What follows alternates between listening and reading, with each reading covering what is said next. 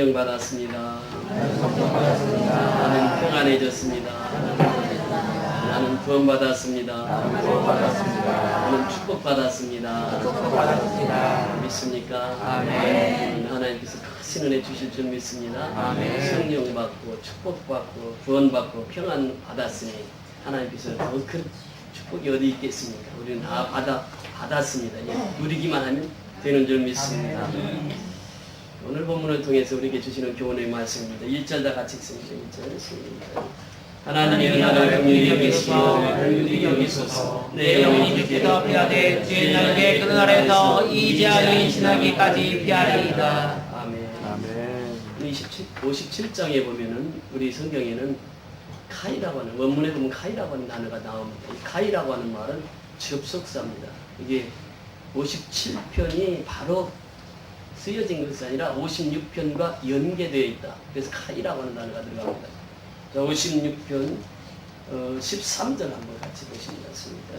주께서 내 생명을 사망에서 건지셨습니다. 주께서 나로 하나님 앞 생명의 빛에 다니게 하시려고 실족지 않게 하지 아니하셨나이다. 아니하셨나이까. 이 말씀입니다. 이 말씀과 좀 연계해서 말씀을 주시고 있는데 배경이 완전히 다릅니다. 56편과 57편은 배경이 다릅니다.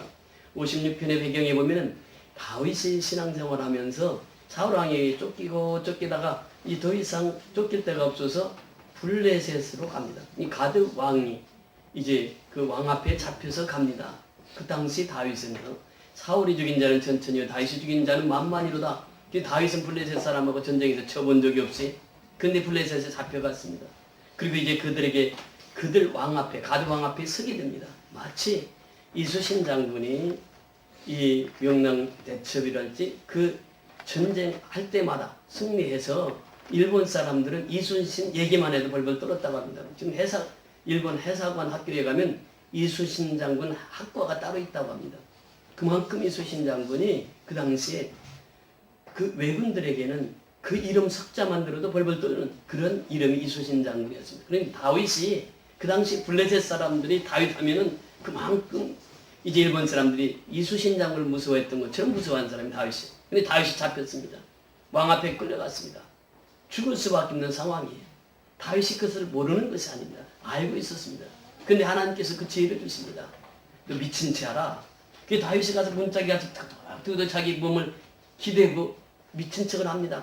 또 이 입가에서는 침을 질질 흘리면서. 그러니까 가드왕이 딱 보고 있다가 왜 미치지 광이를 내 앞에 들고 왔느냐, 당장 저놈을 쫓아보내라. 그래서 이 다윗이 쫓김을 당하고 이제 다윗은 거기에서 살림을 당하게 되죠. 그래서 이제 간 곳이 엔게디라고 하는 동굴입니다. 사울왕이 잡으러 다니고 이제 또 블레셋에서 다시 이스라엘 땅으로 왔지만 사울왕이 죽이려고 하니까 엔게디 동굴에서 숨어 있습니다. 그런데 그때 엔게디 동굴에서 이 동굴로 오는 사람들이 있었습니다. 사무엘상, 우리 다 같이 보시면 사무엘상 22장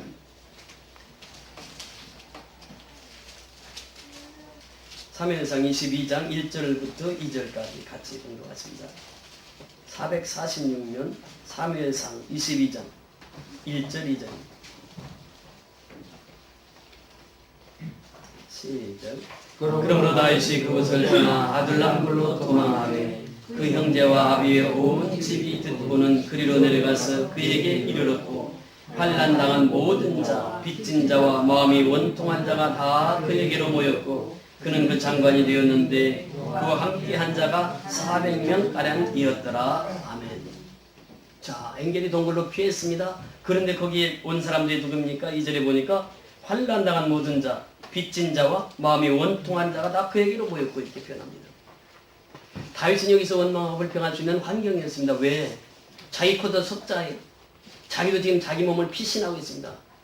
지금 지명 수비자가 되어서 지금 피신하고 있습니다. 그런데 자기에게 온 사람들은 장관이요, 국회의원이요, 대통령이 아니라 이 세상에 살면서 가장 힘든 사람들이 자기 곁에 옵니다. 환난 당하는 자 옵니다. 빚진 자가 옵니다. 마음이 원통한 자들이 옵니다. 다윗에게 도와달라고 하는데 지금 자기도 수비자인데, 지명 수비자인데 그 사람들이 왔을 때 다윗은 그들을 거절하지 않습니다. 그들과 함께 삽니다. 이 400인들을 함께 삽니다. 그게 23장에 가면 그 400인에서 600명으로 되는데 그 600명과 함께 사는데 이제 하나님께서 그 엥게디 동굴에 숨어 있을 때에 하나님께서 그를 지켜주십니다. 그리고 그들과 함께 훈련받고 연단받아서 이스라엘의 제2 건국을 할 때는 이 사람들, 즉 환난당한 자들, 빚진 자들, 그리고 마음이 원통한 자들이 모여서 이들이 이스라엘의 제2 건국을 하게 됩니다. 여러분, 하나님의 역사는 이와 같습니다. 사람의 계산과 사람의 이성과 사람의 지성으로 하나님을 알 수 없습니다. 하나님의 뜻은 그 세상에서 가장 힘들게 살고 어렵게 사는 이들을 통해서 다시 이스라엘 제2 건국을 하게 됩니다. 이것이 이제 56편의 배경이 되는 것입니다. 그리고 7장에 가면 이제 24장, 사무엘상 24장으로 넘어가서 보십니다. 24장 1절부터 4절까지 같이 보십니다. 24장 1절부터 4절까지. 시작. 사울이 블레셋 사람을 따라다가 돌아오매 복이 그에게 고하여 가로되 보소서 다윗이 엥게디 황무지에 있더이다.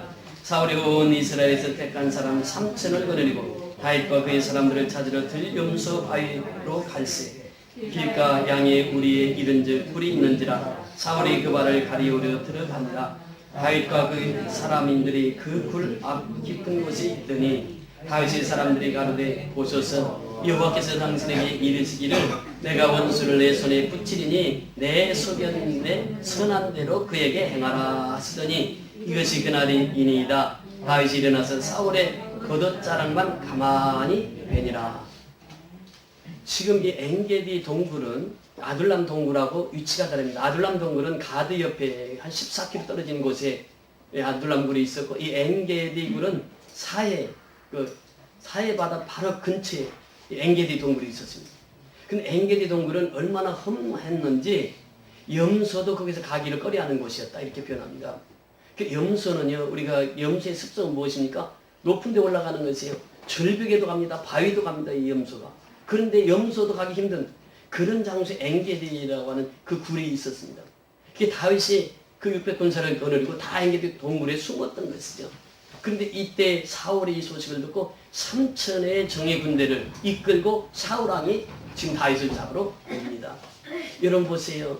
다윗이 거느렸던 사람들은 어떤 사람입니까? 환난당한 자요, 빚진 자요, 마음이 원통한 자들이 600명이. 그런데 사울이 거느린 군사는 어떻습니까? 정예부대입니다. 특수부대입니다. 왕을 호위하는 부대입니다. 지금으로 말하면 공수부대, 특전단, 해병대, 특전단. 이런 사람들 3,000명을 데리고 이제 다윗을 잡으러 옵니다. 근데 여기 보니까 사울왕이 이 2절에 보면 그 말씀을 가리우로, 용건을 가리우로. 이 사울이 급했던 것입니다. 대변이 급했던 것이죠. 그래서 거기 가서 대변을 보는데 그 다윗의 부하들이 보는 것이죠. 하나님께서 원수를 우리에게 보내주셨습니다.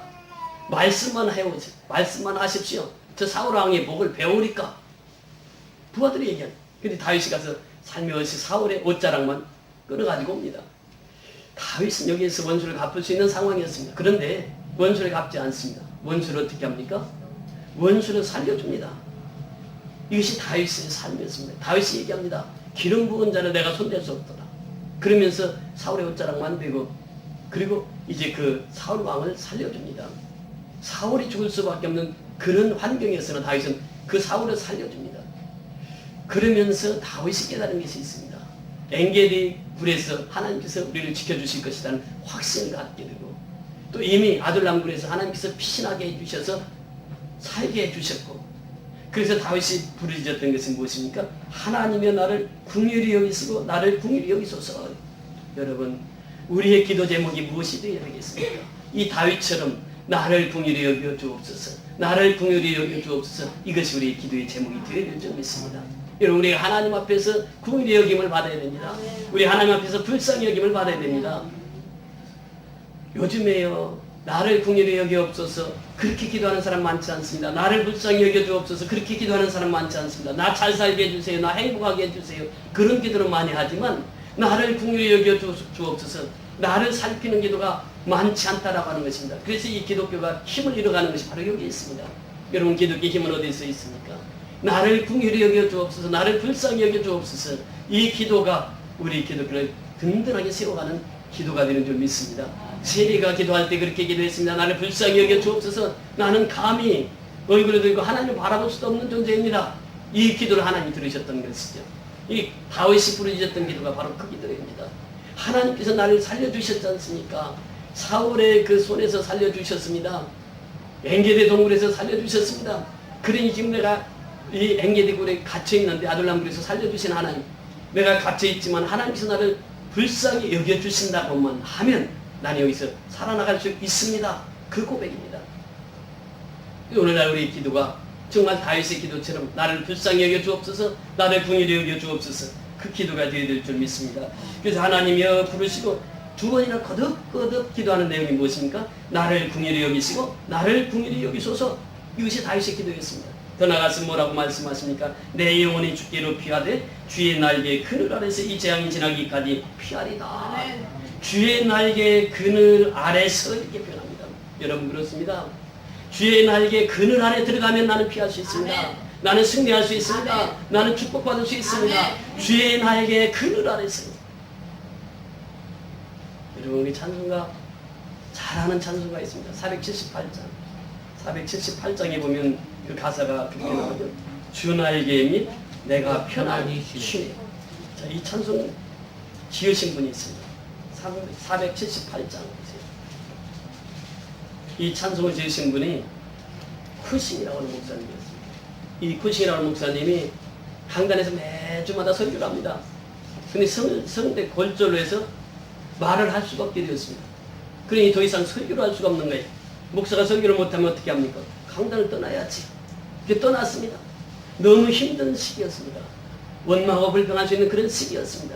근데 그는 하나님 앞에 기도하면서 하나님, 내가 지금 말을 할 수 없습니다. 설교를 할 수 없습니다. 어떻게 하나님 앞에 영광을 돌릴 수 있습니까? 라고 하나님 앞에 물어봤을 때 하나님께서 말씀하십니다. 내가 글을 쓸 수 있잖냐? 글을 써서 하나님을 찬양하라. 글을 찬송시를 통해서 하나님 앞에 영광 돌리라. 그래서 쓴 시가 바로 주 날개 및 내가 편안히 쉬네. 이것을 찬송가 가사를 처음 쓰기 시작합니다. 그러면서 자기는 설교를 할 수 없으니까 이 찬송가 가사를 적으면서 하나님 앞에 영광을 돌렸습니다. 그 가사 내용이 무엇입니까? 주 날개 및 내가 편안히 쉬네. 밤 깊고 비바람 부르쳐도 아버지께서 날 지키시리니 거기서 평안히 쉬리로다. 주 날개 및 나의 피난처되니 거기서 쉬기를 원하노라. 세상이 나를 못 위로해주나 거기서 평화를 누리로다. 주 날개 및 참된 기쁨이 있네. 고달픈 세상길 가는 동안 나 거기 숨어 돌보심을 받고 영원한 안식을 얻으리로다. 주 날개 및 즐거워라. 그 사랑 끈을 자르며 주 날개 및 내 쉬는 영혼 영원히 거기서 살리. 이 가사를 찾게 됩니다. 그래서 이 곡절을 붙여서 이 찬송이 나온 것입니다. 우리 1절만 같이 찬송하십니다. 시작.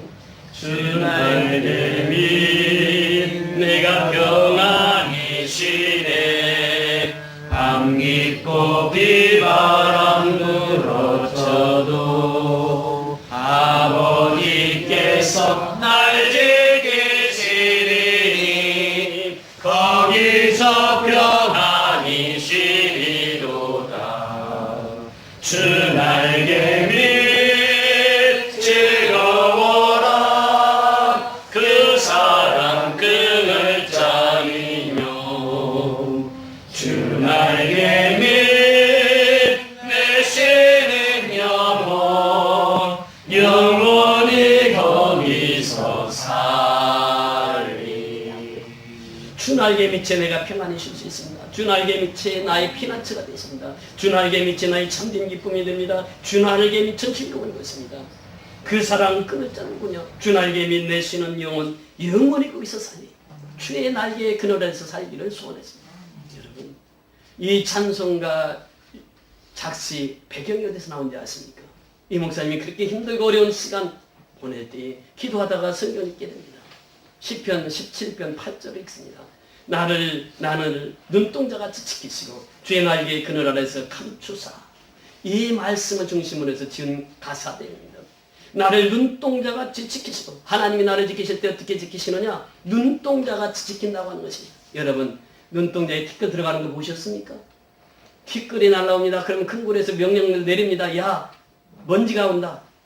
눈 감아라. 그럼 자동으로 눈이 감기게 되어 있습니다. 하나님의 육체를 얼마나 세밀하게 창조하셨는지 우리 몸은 전자동입니다. 하나님께서 우리를 지키실 때 눈동자같이 지키신다고 합니다. 이것을 깨달은 것이 바로 부신 목사입니다. 그래, 하나님이 나를 눈동자같이 지켜주시는데, 그러면서 그가 고백한 것이 무엇입니까? 주 날개 밑에 그늘 아래 감춰주신 하나님.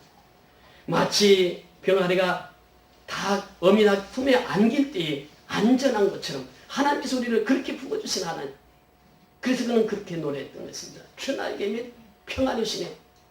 오늘 다윗도 그 고백을 합니다. 주 날개 밑 그 그늘 아래서 이 재앙이 지나기까지 피하리이다. 우리가 주의 날개 밑에만 들어가면 어떤 재앙이 우리 앞에 온다 할지라도 우리는 그 재앙을 피해 나갈 수 있는 것입니다. 중요한 것은 내가 주 날개 밑에 거하느냐 거하지 않느냐라고 하는 것입니다. 여러분, 다윗이 골리앗 앞에 섰을 때 모든 사람 얘기했습니다. 어떻게 손은 다윗이 골리앗을 이길 수 있단 말인가. 이성으로 지성으로 도무지 이해가 되지 않습니다. 그러나 다윗은 결과는 어떻습니까? 다윗이 골리앗을 무너뜨렸다고는 사실이죠. 중요한 것은 내가 주 날개 밑에 있느냐라고 하는 것입니다. 어떤 재앙이 와도 우리는 주 날개 밑에서 그 재앙을 피할 수 있게 되는 줄 믿습니다. 그러면서 이전에 내가 지극히 높으신 하나님께 부르짖으며 이렇게 표현합니다. 다윗은 부르짖습니다. 누구에게 부르짖습니까? 지극히 높으신 하나님이에요. 5절 내려가서 보십니다. 5절 시작. 하나님의 주는 하늘 위에 들리시며 주의 영광은 온 세계 위에 높아지기를 원하나이다. 10절 같이 보십니다. 10절 시작. 대저 주의 인자는 커서 하늘에 미치고 주의 진리는 홍창에 이르나이다. 자, 이 하나님입니다. 그래서 11절에 같이 보십니다. 시작. 하나님의 주는 하늘 위에 높이 들리시며 주의 영광을 온 세계 위에 높아지기를 원하나이다. 아멘. 다윗의 고백입니다. 그 지극히 높으신 하나님을 찬양합니다. 지극히 높으신 하나님께 영광을 돌립니다. 지극히 높으신 하나님을 경배합니다. 이것이 오늘날 우리의 참된 신앙이 되는 줄 믿습니다. 다윗은 고백합니다. 내가 지극히 높으신 하나님께 부르짖으며 에베드 동굴에서 할 수 있는 것이 무엇입니까? 갇혀 있는 몸입니다. 사울의 군사가 3,000명이 지금 다가와서 이제 그 포위하고 있습니다. 나갈 수도 없습니다. 그런데 다윗이 갇혔으나 갇히지 않는 믿음으로 하나님 앞에 부르짖습니다. 지극히 높으신 하나님 앞에 부르짖습니다. 하나님께서 그 길을 열어주셨습니다. 여러분, 우리가 힘들고 어려울 때 우리가 해야 할 일이 무엇입니까? 하나님께 부르짖는 것입니다. 그러면서 나를 위하여 모든 것을 이루시는 하나님께로다 그래. 보세요. 하나님께서 다윗의 삶을 하나님께서 책임져 주시고 그 모든 것을 하나님께서 이루어 가셨다고 하는 사실입니다. 여러분, 사무엘하 같이 보십니다. 사무엘하 20장 22장입니다. 22장 1절로 7절. 하나님께서 다윗을 통해서 어떻게 이루셨는지를 보십시오. 사무엘하 22장 1절에서 7절입니다. 502페이지. 사무엘하 22장 1절에서 7절까지.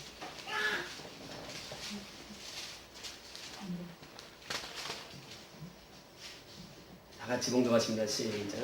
여호와께서 다윗을 모든 대적의 손과 사울의 손에서 구원하신 그날에 다윗이 이 노래의 말씀으로 여호와께 아뢰어 가로되 여호와는 나의 반석이시오 나의 요새시오 나를 건지시는 자시오 나의 하나님이시오 나의 귀한 바이시오 나의 방패시오 나의 구원의 뿌리시오 나의 높은 망대시오 나의 피난처시오 나의 구원자시라 나를 흉악에서 구원하셨도다 내가 찬송받으실 여호와께 아뢰리니 내 원수들에게서 구원을 얻으리로다. 사망의 물결이 나를 애우고 불의의 창수가 나를 두렵게 하였으며 음부의 나를 부르고 사망의 울무가 내게 이르렀도다. 내가 환난 중에서 여호와께 아뢰며 나의 하나님께 아뢰었더니 제가 그 전에서 내 소리를 들으시며 나의 부르짖음이 그 귀에 들렸도다. 아멘.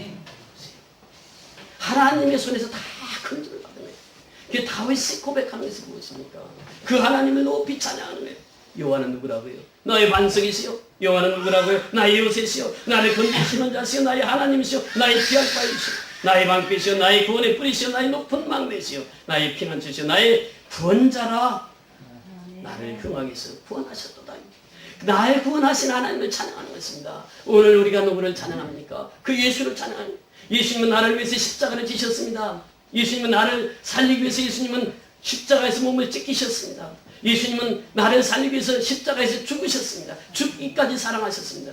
십자가의 보혈의 능력으로 우리는 구원받았습니다. 구원받은 우리는 그 하나님의 이름을 지극히 높이 찬양해야 될 줄 믿습니다. 다윗의 신앙이 바로 여기 있었습니다. 다윗은 지금 그 환란 속에서 그 죽을 수밖에 없는 그 절망 속에서 다윗은 부르짖었던 것입니다. 여러분, 우리의 신앙도 다윗처럼 그 높으신 하나님을 찬양해야 될 줄 믿습니다. 그 하나님을 경배해야 될 줄 믿습니다. 하나님 앞에 찬양하고 그 경배하는 자들을 통해서 하나님 오늘날도 역사를 이루어 가신 줄 믿습니다. 그래서 하나님 다윗은 그렇게 부르짖었습니다. 그 높으신 하나님께 부르짖었습니다. 그 부르짖음을 하나님 들으시고 응답하십니다. 모든 것을 이루십니다. 그 하나님이 바로 나의 하나님이요 여러분의 하나님이 되신 줄 믿습니다. 사람들이 보면 저가 하늘을 보내서 나를 삼키려는 자의 비방에서 나를 구원하실지라 쉘라. 하나님이 그 인자와 진리를 보내시리로다. 아멘. 지금 저가 하늘에서 보내서 나를 삼키려는 자의 비방에서 이렇게 변합니다. 지금 다윗을 삼키려는 자들이 있어요. 저 4절 내려가서 보십니다. 4절 시작. 내 본이 사자 중에 처하며 내가 불사르는 중에 누웠으니 곧 인생 중이라. 저희 이는 창과 살이요 저희 혀는 날카로운 칼 같도다. 다윗을 해하려고 하는 자들이 이렇게 많습니다. 대적자들이 이렇게 많습니다. 대적자들을 그렇게 표현합니다. 사자 중에 처하며 마치 다윗이 있는 그 앵겔이 동굴이 사자굴에 처한 것과 같은. 그러면서 그는 고백하기를 인생 저희 이는 창과 살이요. 그 사악한 무리들의 그 삶을 얘기합니다. 저희 혀는 날카로운 칼 같도다. 그러면서 6절 내려가서 보세요. 시작. 저희가 내 걸음에 장애하려고 그물을 예비하였으니 내 영혼의 억울하도다. 저희가 내 앞에 웅덩이를 봤으나 스스로 그 중에 빠졌도다. 쉘라. 스스로 빠져. 웅덩이 판 사람들이 스스로 빠지더랍니다. 여러분, 하만의 삶을 보세요. 모르드게가 자기한테 절을 하지 않는다고. 모르드게 그럼 죽여야지. 아니 그놈뿐만 아니라 유대인들 다 죽여야지. 이것이 하만의 계획이었습니다. 그리고 장대를 만들었습니다. 모르드게 달려고 장대를 높이 매달았는데 그 장대에 누가 죽습니까? 모르드게가 아닌 하만 자기가 그 올무에 죽고맙니다. 여러분 그렇습니다. 하나님은 진리이십니다. 하나님은 영원히 변하지 않습니다. 아멘. 하나님을 대적하는 자는 살 수가 없습니다. 아멘. 하나님은 우리의 생명의 주가 됩니다. 아멘. 그 사방에서 다윗을 해하려고 그렇게 왔으나 다윗을 하나님 지켜주셨습니다. 다윗을 하나님이 보호해 주셨습니다. 다윗을 통해서 하나님 역사를 이루셨습니다. 앵기리 동굴에서 다윗을 그 하나님을 높이 찬양하는 것입니다. 자, 바로 그 5절 올라가서 보세요. 하나님의 주는 하늘 위에 높이 들으시며 주의 온 영광은 온 세계 위에 높아지기를 원하나이다. 여러분 가는 곳마다 이 하나님 이름을 높여야 될 줄 믿습니다. 아멘. 그 하나님을 찬양해야 될 줄 믿습니다. 아멘. 그 하나님 앞에 경배해야 되는 것입니다. 이것이 우리의 신앙이에요. 하나님은 하나님의 이름을 높이는 것을 가장 원하시고 있습니다. 하나님을 찬양하는 것을 원하시고 있습니다. 그래서 우리가 가는 곳마다 그 하나님을 찬양하는 것입니다. 다윗이 그랬습니다. 그래서 그 찬양하는 다윗의 입술에 함께 하시고 그가 부르짖음의 그 기도를 하나님이 들으셨던 것입니다. 오늘날 역시 마찬가지죠. 내가 어느 곳에 있든지 하나님을 찬양하는 삶을 살아야 될 줄 믿습니다. 아멘. 7절부터 보세요. 시작. 하나님이 내 마음이 확정되었고 내 마음이 확정되었으니 내가 노래하고 내가 찬송하리로다. 내 마음이 확정되고 내 마음이 확정되었어요. 지금까지 하나님께서 나를 구원해 주시고 지금까지 나를 하나님께서 인도해 주셨고 지금까지 나를 하나님이 도와주셨고 지금까지 내가 살아있는 현장 속에 하나님이 역사하셨는데 내가 이제 확정하고 내 마음이 확정하고 확정하였으니 내가 주를 노래하고 주를 찬양하리로다 고백하고 있습니다. 여러분 구원의 확신을 가진 사람들은 이 고백이 자연적으로 이루어져야 될 줄 믿습니다. 아멘. 우리가 정말 하나님이 나를 구원해 주시고 나를 살려주셨는데 내가 무엇을 위해서 살겠습니까? 하나님의 영광을 위해서 살아야 되잖아요. 하나님을 찬양하면서 살아야 되잖아요. 가는 곳마다 하나님의 찬양하는 역사가 있게 되면 하나님께서 그 자리에 함께 하십니다. 아멘. 찬양에는 능력이 있습니다. 아멘. 찬양에는 모문을 열게 하는 능력이 있습니다. 맨 죄사슬이 풀려지는 능력이 있습니다. 이것이 찬양의 능력입니다. 찬양할 때 그 역사가 이루어집니다. 여러분 다윗이 이 속에서 이성으로 생각했다고 하면 도무지 앵기리 동굴에서 빠져나갈 재간이 없습니다. 지성으로 생각했다면 다윗은 이 상황, 이 얼음에서 극복해 나갈 수 없었을 것인가. 그런데 그는 하나님을 바라보았습니다. 영성이라고 하는 것이 무엇입니까? 내가 하나님을 믿고 그 말씀대로 순종하는 것이 바로 영성이에요. 지성보다 영성. 지성에서 영성으로 나가야 돼요. 오늘 우리가 예수님을 압니다. 그런데 예수님을 안다고 하면서도 행함은 내 마음대로 합니다. 이것은 예수님을 아는 삶이 아니에요. 예수님을 아는 자는 행함도 그대로 가야 됩니다. 여러분, 우리가 이번 2월 14일 날은 가난한 이웃들에게 쌀 나눔 행사를 하고 있습니다. 작년에 이어서 두 번째 하고 있는데 저희 가정에서 다섯 부대 오늘 헌금을 했습니다. 우리 장로님 작년처럼 5부대 할 수 있을 줄 믿습니다. 우리 예비 장로님 김성희 장로님도 예비 장로님도 한 5부대 할 수. 그렇게 해서 우리가 쌀을 모으려고 합니다. 한 2주 동안 모아서 2월 14일 날 사랑의 쌀 나눔 행사를 합니다. 여러분, 우리가 사는 목적이 무엇입니까? 하나님의 영광을 위해서, 하나님이 기뻐하시는 일 위해서, 하나님을 찬양하며 사는 삶이었습니까? 여러분들도 한 가정에 한 포대 이상씩 사랑의 쌀을 모금해서 정말 가난하고 헐벗고 굶주린 이웃들에게 그 사랑의 쌀을 나눌 수 있기를 소원하는 것입니다. 우리의 사명은 정말 영성으로 살아가는 것입니다. 지성으로 살아가는 것이 아니에요. 지난주 금요일에 제가 설교하면서도 그런 얘기를 했습니다. 설교를 똑같이 듣는데 박사는 은혜를 못 받는데 5살 먹은 애는 은혜를 받더라는 게 이게 영성입니다. 지성이 아니에요. 하나님의 말씀은 지성으로 받아들이는 것이 아닙니다. 영성으로 받을 때에 힘이 있습니다. 이런 곳에 예수님께서 그 칭찬하신 분이 누굽니까? 막달라 마리아 옥합을 깹니다. 그때 가룟 유다가 옆에 있습니다. 이야, 그 옥합이 얼만데, 왜 그것을 깨트려? 이것을 팔아가지고 가난한 사람들에게 나눠주면 얼마나 많은 사람에게 나눠줄 수 있는데, 이것이 지성이에요. 가룟 유다의 생각이에요. 근데 예수님은 가룟 유다를 저주하시고 막달라 마리아에게 칭찬하십니다. 왜? 옥합을 깬 것은 참 잘한 일. 이 옥합 깬 이 소식은 예수 믿는 사람들에게 대대로 것이 광고되리라. 지금 2000년 전에 그 옥합을 깬 그 여인의 소식이 지금까지 들어오고 있지 않습니까? 우리가 교회를 위해서 옥합을 깬다고 하는 것은 정말 귀한 일이에요. 이것은 영성 아니면 할 수 없는 것입니다. 지성으로, 내 머리로, 이성으로 아니 되는 것입니다. 신앙은 지성이 아니고 이성이 아니라 신앙은 바로 영성으로 연결되어 가는 줄 믿습니다. 영성이라고 하는 것은 내가 어느 곳에 가든지 하나님의 이름을 찬양하는 것이에요. 어느 곳에 가든지 하나님께 영광을 돌리며 살아가는 것입니다. 이 일을 하면 하나님 기뻐하실까? 싫어하실까? 이 일을 통해서 하나님의 영광 받으실까? 받지 않으실까? 여러분, 그래서 영성이 충만한 사람은요, 성령이 충만한 사람은 예수밖에 보이지 않습니다. 예수만 바라보고 삽니다. 요즘에 핸드폰 보고 다니는 사람들이 너무 많아. 중국에서는 아가씨가 핸드폰을 보고 그럼 간 거예요. 여기 가다 보니까 뭐 핸드폰만 바라보니 쳐다보고 갔는데 거기 이제 큰 호수가 있었는데 그래 가다가 호수에 푹 빠져버렸어. 그게 어떻게 됐어요? 죽었어. 핸드폰 보고 따라가다가 핸드폰 보고 가다가 죽어버렸어. 여러분, 오늘 이 시대에 참 살기 편한 시대에 우리가 살고 있습니다. 핸드폰에 집중하다가 사람이 죽었어요. 우리가 집중해야 할 분은 누구입니까? 우리가 바라봐야 할 사람은 누구입니까? 예수. 어떤 환난에 내가 처했다 할지라도 예수 바라보면 삽니다. 아멘. 예수 바라보면 승리합니다. 아멘. 예수 바라보는 사람을 통해서 하나님의 역사를 이루어갔으니까. 아멘. 우리의 환경 바라보지 맙시다. 사람 바라보지 맙시다. 권력 바라보지 맙시다. 돈 바라보지 맙시다. 우리가 바라봐야 할 사람은 누구예요? 예수 한 분밖에 없습니다. 예수만 바라보고 나가면 그 사람은 승리할 수 있어요. 그 사람은 복을 받을 수 있습니다. 그 사람에게 영생의 축복이 임하는 것입니다. 예수 한 분만으로 만족하시는 저와 여러분이 될 수 있기를 주의 이름으로 축원드립니다.